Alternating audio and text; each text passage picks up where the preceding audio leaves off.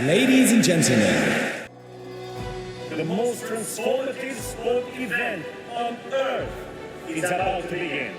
Those who are in the stadium are on their feet. It's just a long, niggly climb. Because it is desperation now. And there it is.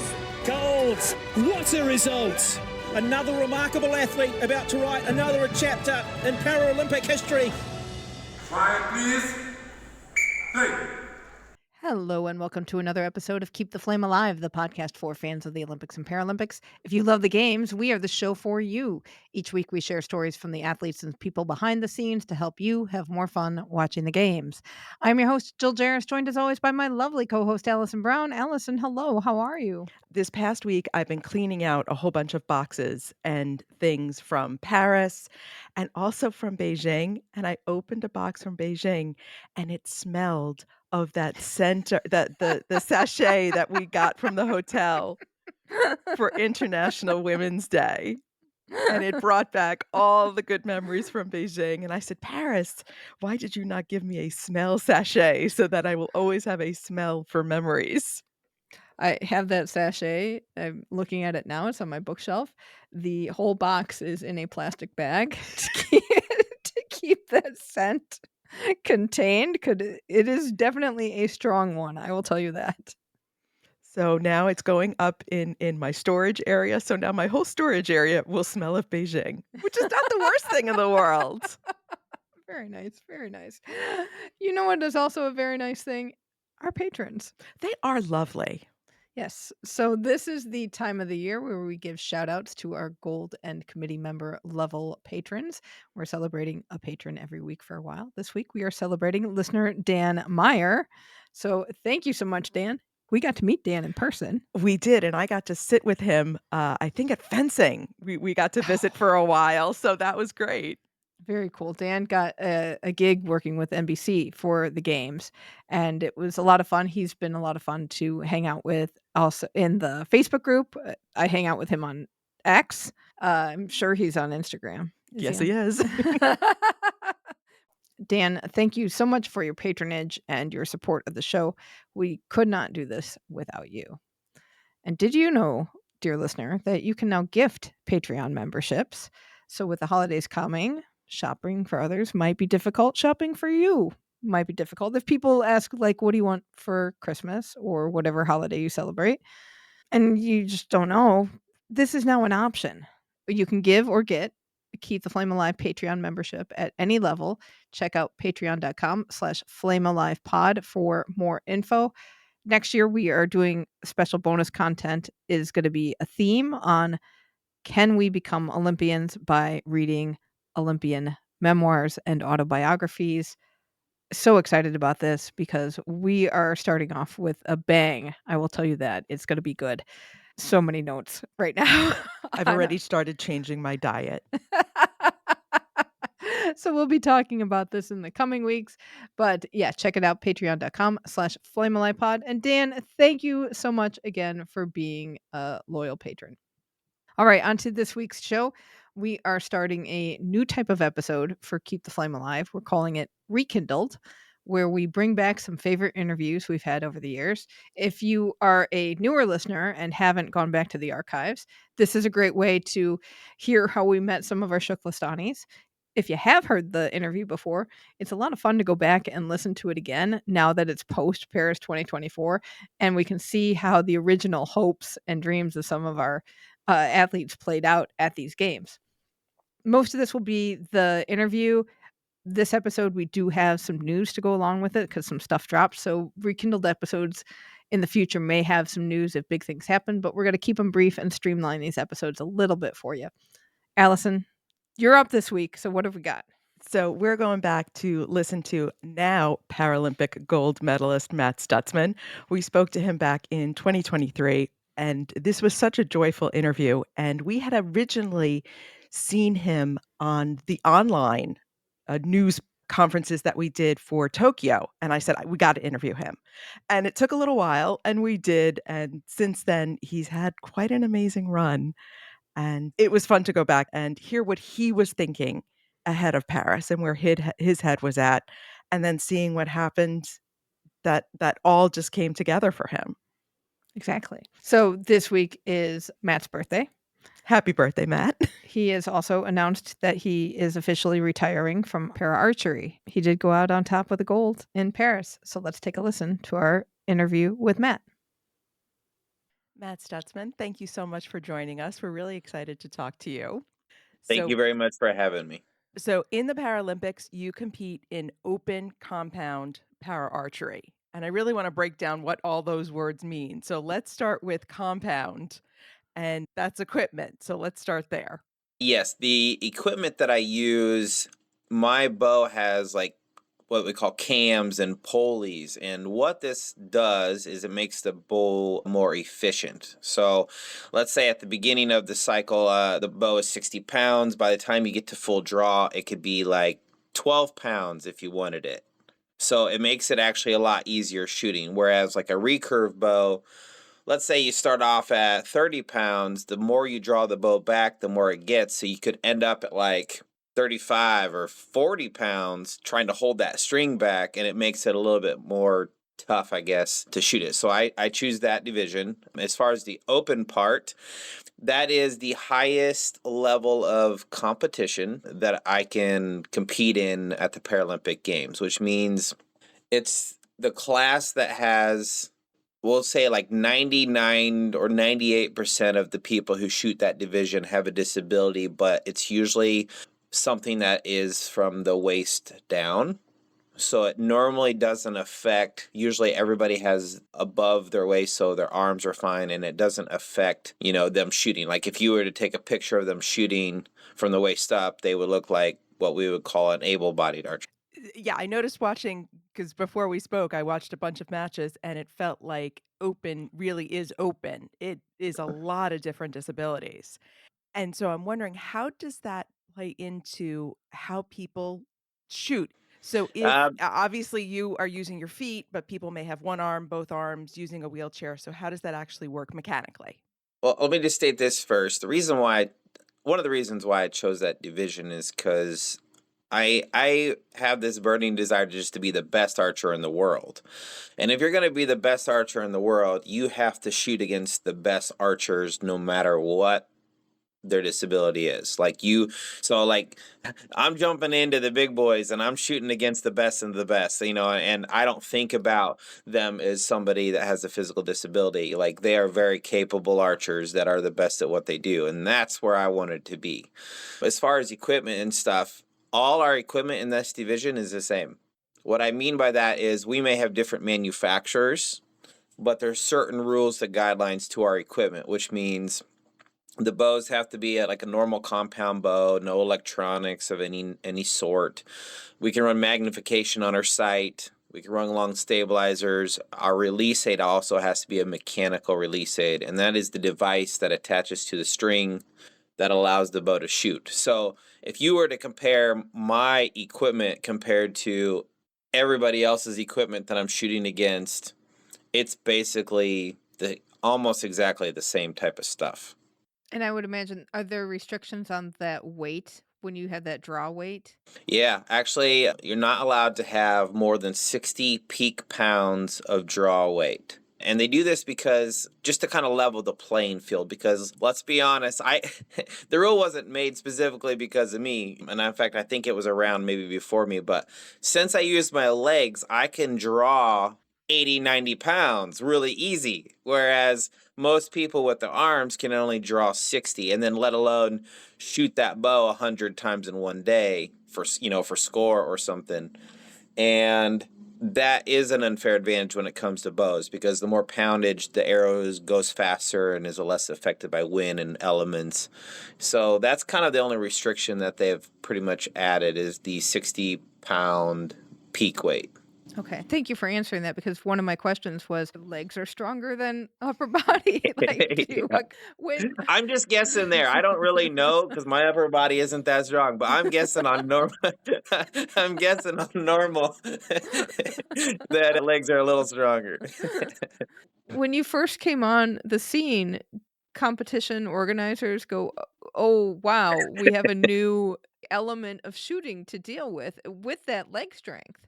It actually ironically wasn't because of the leg strength, but it was, does Matt fit does he fit all the rules that we have in place? Do we, the one thing that we were kind of concerned about, and they changed it over some time. When I first came into the archery, they allowed like 20 seconds an arrow, which is not a lot of time, and my process takes a while because I have to grab the arrow off the ground, and the way I load is completely different.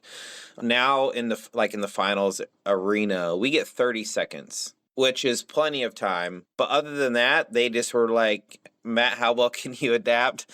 These are the rules, and we'll discuss them if we think there's going to be a problem. But there really wasn't that big of a problem adapting, really. Okay, so you mentioned you got 30 seconds. So let's talk about how the match goes. If you've never seen a para archery match, how does it work in terms of I'm watching people shoot arrows, but what's actually going on? Yeah, so let's use the World Championships in Dubai, the last international tournament I was at. I was shooting against a guy from Russia who also, ironically, had no arms, and he was missing a leg, which is amazing, by the way. Sometimes I joke that he was trying to outdo me. But anyway, he's an incredible guy. Depending on how you're seated, you choose to shoot first or second. You each get, you have 3 arrows essentially, and you take turns alternating shooting. So I get my first arrow, and I would have 30 seconds to shoot that arrow. And I'm shooting at a target that's 50 meters away. So it's about 55, maybe 55-ish yards. The bullseye is a 10, and that's actually the size of a CD-ish. So that's pretty far away for something really small. And then it goes, the scoring rings are 10, 9, 8, 7, so forth. So in my 30 seconds, I have to make a shot half football field away. When I make my shot and the arrow hits a target, then my opponent's time starts. You can load the arrow, you just can't draw the bow back or have your release attached. And then you just go back and forth till you shoot equivalent of, over the course of that event or that little matchup, 15 arrows. Whoever has the highest score wins. Whoever has the lowest score, we'll see you at the next one. And that's in like 5 groups of 3, correct? They call it an end. Yep. You shoot 3 arrows, and then there's usually, like a minute and a half, or you have someone down at the target that scores the arrows and brings you back your arrows, and then you do that 5 times. Correct. Okay.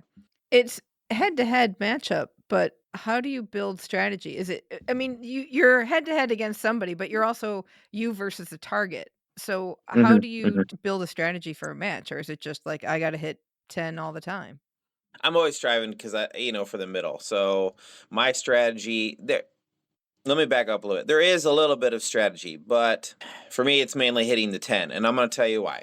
Usually I try to be the highest seed going into a match. I try my best to always put a lot of stock into qualification, because if you're the number 1 seed, you get to decide things like which side of there's which target, or if you can shoot first or second. And I'll tell you why that's important. You want to normally shoot first, because if you open up the whole elimination round with a 10, that kind of sets the bar, and you don't really have the pressure. The guy who's chasing you has the pressure, because he now knows Matt just shot a 10, and if I shoot a 9, I'm going to be a point down right now, right? And right off the bat, you can kind of get in their head a little bit. I have had this happen to me before. I'm one of the slower shooters. My process just takes a little bit longer than most. And people have rushed their shot process to put me into a time pickle. For example, I'm shooting outdoor nationals. I made it to the gold medal match. This is able-bodied. I'm shooting against Chris Schaff. And he knows, and at that point, the time was still 20 seconds an arrow. And he knows I struggle with the time. And because of that, he shoots first. He draws the bow back, gets on target, and lets it fly. He shoots his arrow in 2 seconds. Well, I'm not even ready. So now I'm rushed to get ready and load a bow and quick get ready. And then he's sitting there waiting. So as soon as I shoot, by the time I get my bow almost set down to grab an arrow, he's already shot his second shot. You see what I'm saying? So he puts me in this big rush because if you run out of time, you get a 0. People have... He was successful at that. I ended up second there. And then we changed the rules in the pair side to 30 seconds. And I've trained enough now that people in their mind think they can rush me, but it doesn't matter. anymore. What was that training like? It was a lot of out of the comfort zone stuff where I did, because I'm a slow shooter. I like to take my time, and I have, the way I do things. And so what I learned to do was speed up the process, but do it while still maintaining control. And I did that by just lots and lots of just practicing that exact moment. One of the ways I did that is I shot against my boys. And we have an archery game on the Xbox. And they use the Xbox, and I do real life. Because in Xbox, everything goes fast on Xbox. So they shoot fast. And then I actually, compete against them. And to this day, I can still beat them, even though they're on the Xbox. I can outshoot the Xbox on easy, which is crazy. But that's one of the training methods I used. Get the kids involved. I love it. Yep. They don't like pulling arrows. I'm like, all right, here, I want you. You know what kind of exercise you get when you have to walk half a football field one way every 5 minutes for 8 hours? It's actually good for you. Hey, it's Jill, breaking in to let you know that Keep the Flame Alive has been nominated for a Sports Podcast Award as the Best Olympics and Paralympics Podcast. It's a great honor, but getting to the top of the podium is by popular vote, so we need your help. Go to tinyurl.com/flamealiveaward and vote for us by January 13th, 2025. That's tinyurl.com/flamealiveaward. We'll have that link in the show notes. Thank you. So what kind of off-field training are you doing as well? I don't know how long you followed my career, but in 2016, I was overweight by a lot. At that point, I didn't think being the best in the world had anything to do with weight. You shot a bow, you weren't running a triathlon or whatever. And then I had a guy named Michael Johnson, the Olympic runner. He's like, hey, Matt, look it, man. Like, if you really want to be a true athlete, you got to play the part, which means you have to do everything. You can't just be the guy who sits in a chair that's 200 and whatever pounds. You have to train and so after my loss in Rio, I took that to heart, and, I lost, 60 some pounds. I've been that way actually since 2007. Let's see, about 17 or 18, I've lost that around then, and I've maintained that. And I train in the gym, I train in my yard. I do a lot of, in fact, actually what I did is cut back on actual physical archery training. I don't do that as much. I focus more on mental training and strength training, really.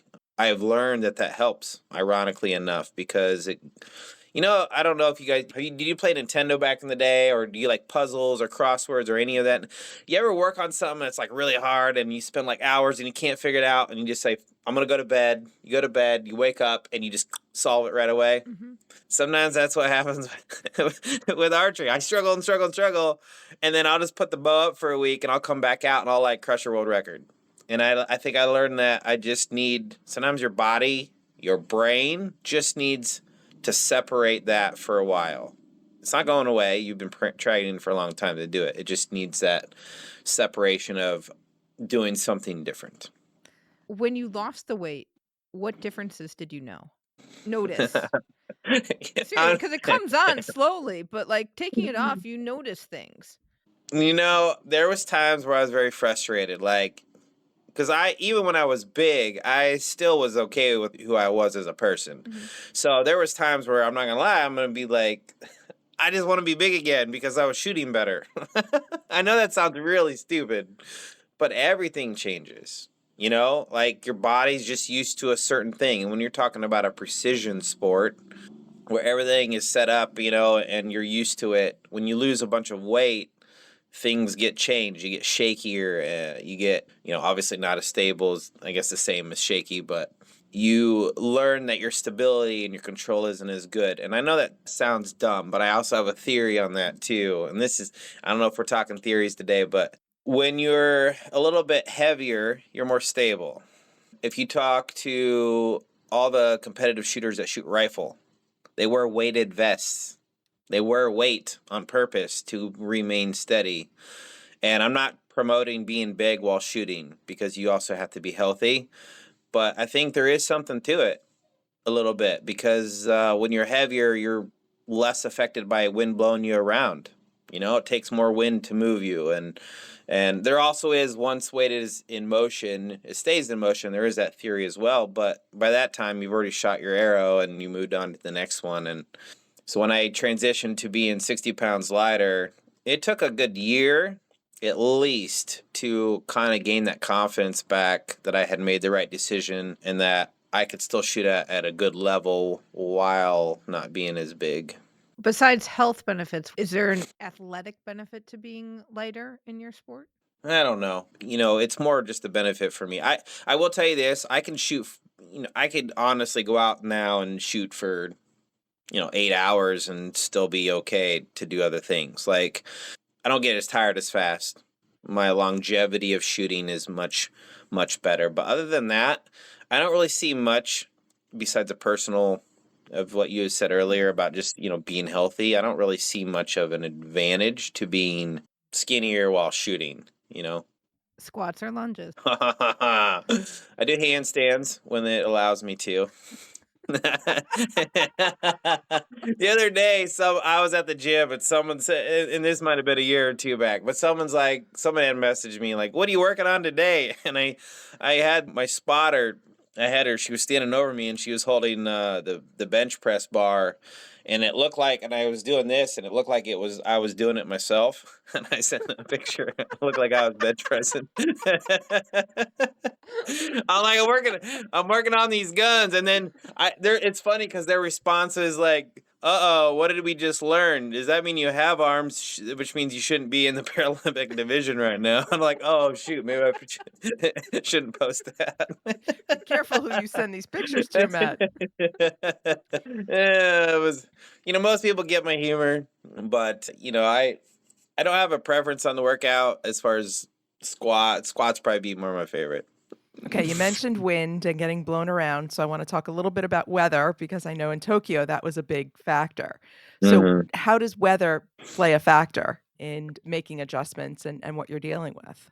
Yeah, when you have wind blowing left to right and circulating, let's say you think you aim in the middle and you shoot in the middle and you hit 5 inches to the left or 6 inches to the right, and they're 9s instead of 10s. That's the wind we're talking about. That's what's persuading your shot. So you have to, on the fly, almost pre-predict where the wind's going to be before you shoot. And the only way to do that is experience, because like I said, you don't have a lot of time.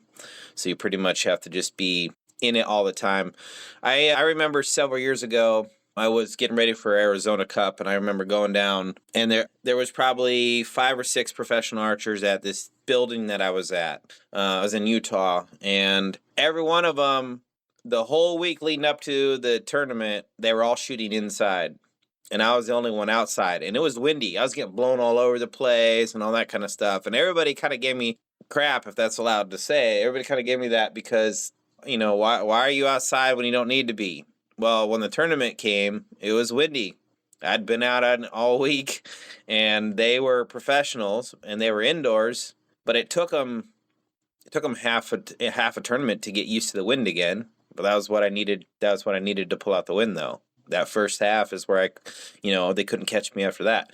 So there was some benefit of, if I were to give advice, unless it's 30 miles an hour and blowing you completely off of your stool, it's okay to shoot in the wind. We have to shoot in wind anyway, so you might as well learn the wind. What about heat, cold, and humidity? Humidity Tokyo was bad for humidity, and the heat was just like, I never shot at anything quite like that before. You could shower, walk outside, just stand there and just instantly be covered in sweat again. It was just that hot. We actually had bows falling apart because it was so hot. Some of the glue that they were using, there was competitors' bows that were falling apart, and I mean, it was crazy. But what got me in Tokyo was my confidence, because I did have some mechanical issues with my bows, and then I never just gained confidence back in them. I know that sounds crazy, but I just didn't have as much faith in them as before I got there. And it wasn't because the bow manufacturer was bad. My bow showed up broken. So I put them on a plane in Iowa. They were good to go.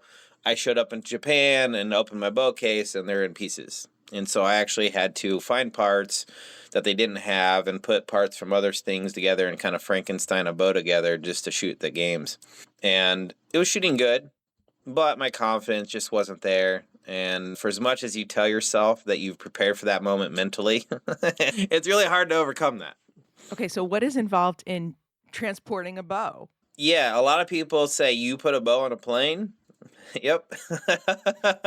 They go in these big cases and they go underneath the plane. When you check in, you tell them you have a bow, and you see it when you arrive at the end of the destination. It's pretty simple, actually. In 13 years of flying with a bow, I've got lucky enough. I think I had one lost one time, but it showed up a week later. Other than that, never had any issues besides broken bows. I have had several broken bows, but majority of the time it's safe. Does that count as oversized luggage, or are you lucky enough that it's just an average size that they'll take without a fee? That's what I'm going for. No, let me tell you that there are some advantages of having no arms. And I'm going to tell you what one of them are. You can, if you walk into an airport and you're carrying your bow and you have no arms, right? They kind of feel sorry for you. So 90% of the time they wave the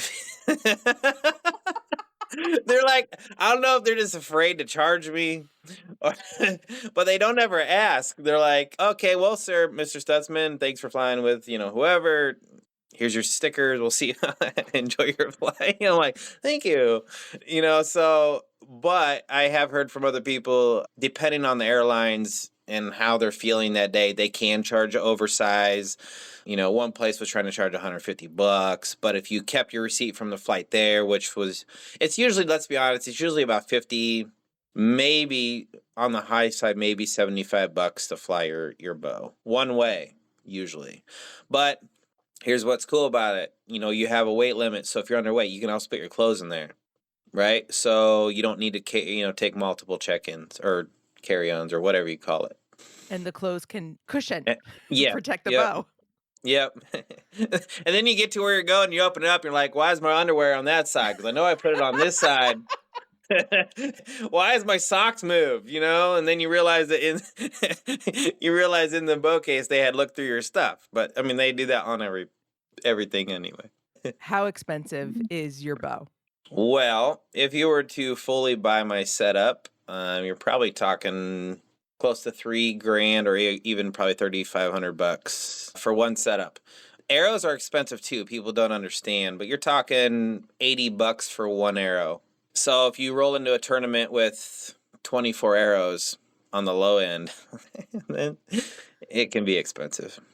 Do you have to provide your own arrows? I'm lucky enough, once again, that I'm sponsored. But you have to bring your own to a tournament. So you show up with the bow and with the arrows.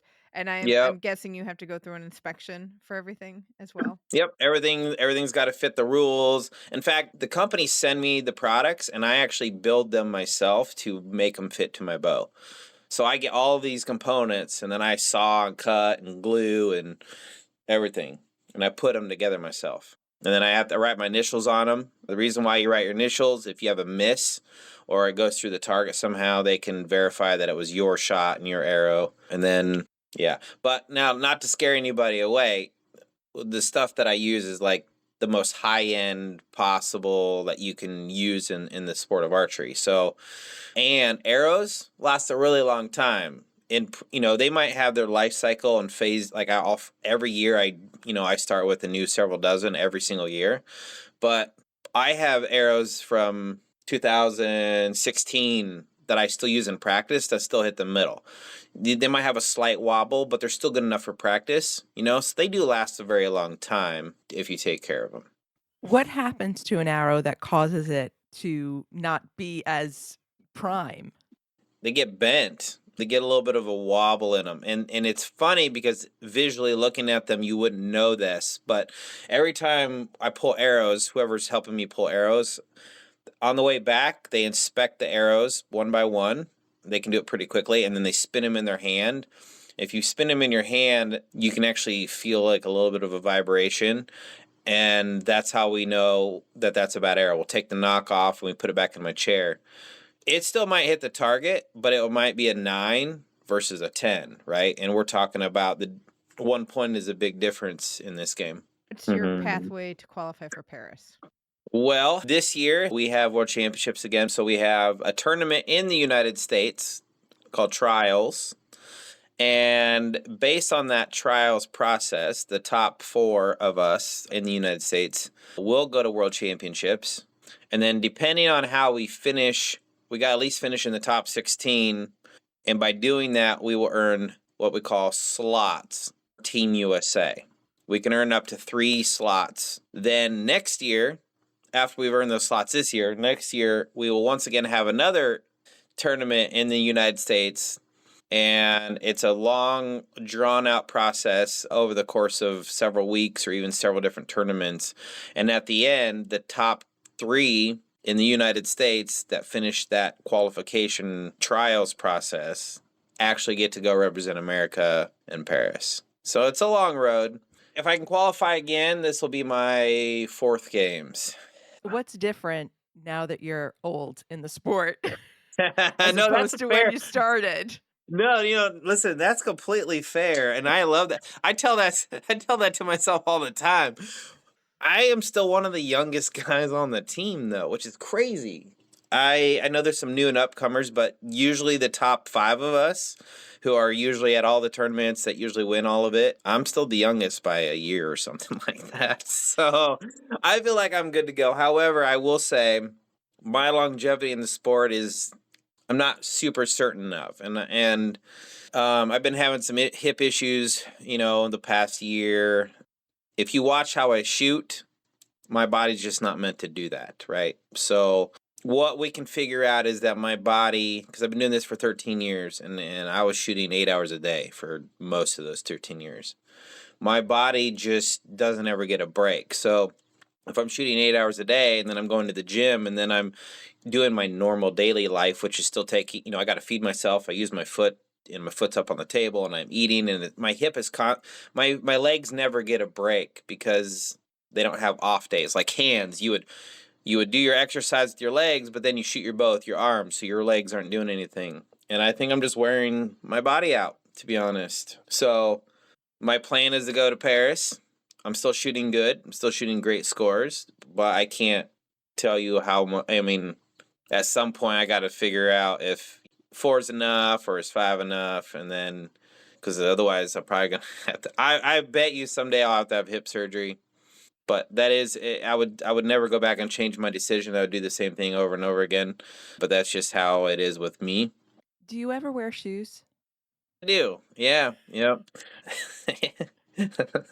It's funny because when you talk about being a rule pusher, one of the rules in World Archery and US Archery is that you have to wear closed-toed shoes when you're shooting. And I was like, Rob, he's the president. I was like, listen, man, does that mean I can't shoot? Because I obviously got to take my shoe off to shoot a bow. I got to hold the bow in my foot, but your rules state that I got to wear closed-toed shoes. And of course they laughed and they's like, no, we're not worried about you, and they made the exception. However, if somebody really wanted to protest me by law, they could probably get away with it, but no one does. But on the field of play, I wear shoes on my left foot the entire time because my left foot is more just for balance. If I walk down to the target, I slip on my shoe. If I walk back, I take it off, that kind of stuff. I will tell you, though, I need to find a sock sponsor because I go through hundreds and hundreds of pairs of socks because those are like my gloves, right? Just to kind of help keep my feet clean. And if they get holes in them, I just throw them away. But otherwise, flip-flops if I'm around the house, just so I have easier access to things. If I go out, shoes, somewhere nice, but... And then in the snow right now, it would be a little scary. Listen, I wear shorts right now. I know that sounds crazy. Everybody's like, it's snow. There's snow on the ground. It's like 10 foot of snow or whatever. And you're out here in shorts. And I'd be like, well, when I was younger, I used to wear jeans in the winter. And I remember going into a restaurant and when I took off my sock and shoe to eat, I put my foot on the table. There was snow on the bottom of my pants, and it went all over the table. And I was like, that's stupid. My bottom of my pants froze. And I was like, that's dumb. So I was like, I'm just going to wear shorts. So now I wear shorts pretty much all year round. Bring back some knickers. Come on, Yeah, get I'm style trying. back. I'm trying. Well, thank you so much. Thank you so much, Excellent. guys. Thank If you Thank you so much, Matt. Matt may have retired from archery, but he is still drag racing, which is very exciting because I now his social feed is full of drag racing stuff, and it's fun to watch him take on that sport as a new career outlet. Look for him on the track. You can still follow him on Insta and X at Armless Archer, and he is on Facebook as well.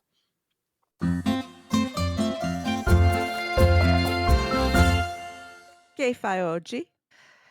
We have details of the Milan-Cortina 2026 Olympic schedule. They have now been released. Highlights. So competition will start on February 4th, 2 days before the opening ceremony. So now the winter is starting early, just like the summer. We're going to start with mixed curling round robin, which I think happened in Beijing as well. They had to start ahead. Yes. Unlike at the Summer Olympics, there will be competition on opening ceremony day. There's going to be some hockey and some more curling going on. So no rest for the wicked at the Winter Olympics. And this I thought was really interesting. It looks like the first medal awarded on February 7th, which is the second full day of competition, will be men's downhill. That will be interesting. Kind of wild. It's one of those where, again, you're like, okay, build up, build up, build up, and then medals happen almost immediately, and downhill will be taking the spotlight, which will be exciting. There'll be speed skating and cross-country medals happening that day as well, but just the timing looks like downhill's going to be the first one coming out. Welcome to TKFLASTAN. It is the time of the show where we check in with our team, Keep the Flame Alive. These are past guests and listeners of the show who make up our citizenship of our very own country, TKFLASTAN. Some big stuff happening this week. Yeah, bobsledder Bree Walker finished 5th in the first race of monobob for the World Cup season in Altenburg, Germany. Race walker Evan Dunphy and bocce player Alison Levine got to meet Prime Minister Justin Trudeau when Canadian Olympians and Paralympians were honored in the Canadian Parliament. Ginny Thrasher retired from competitive shooting. And fencer Jackie Dubrovich and her coach Brian Kineshigi were married last month. So congratulations to them. Lots of weddings this fall. I love it. That's right. Well, you finish up with your competitive season, you got time to get married. Unless you were Daniel Romanchuk and you just get married before you're the big meet of the year. Right in between nationals and Paralympics. Let's just have a wedding. All right, that is going to do it for this episode. Let us know your thoughts on our conversation with Matt Stutzman and your favorite Matt Stutzman archery moments. We do love hearing from you. You can chat with us and other listeners on our Facebook group, Keep the Flame Alive Podcast. Email us at flamealivepod@gmail.com. And the voicemail and text line is always open at 208-352-6348. That's 208-FLAME-IT. If you need more Olympics and Paralympics in your life, and who doesn't, sign up for our newsletter at flamealivepod.com. We will have a link to that in our show notes. Next week, we're dipping back into the archives for our last episode of the year. Plus, we will have some news about changes for the show in 2025. So be sure to tune in for that. Thank you so much for listening. And until next time, keep the flame alive.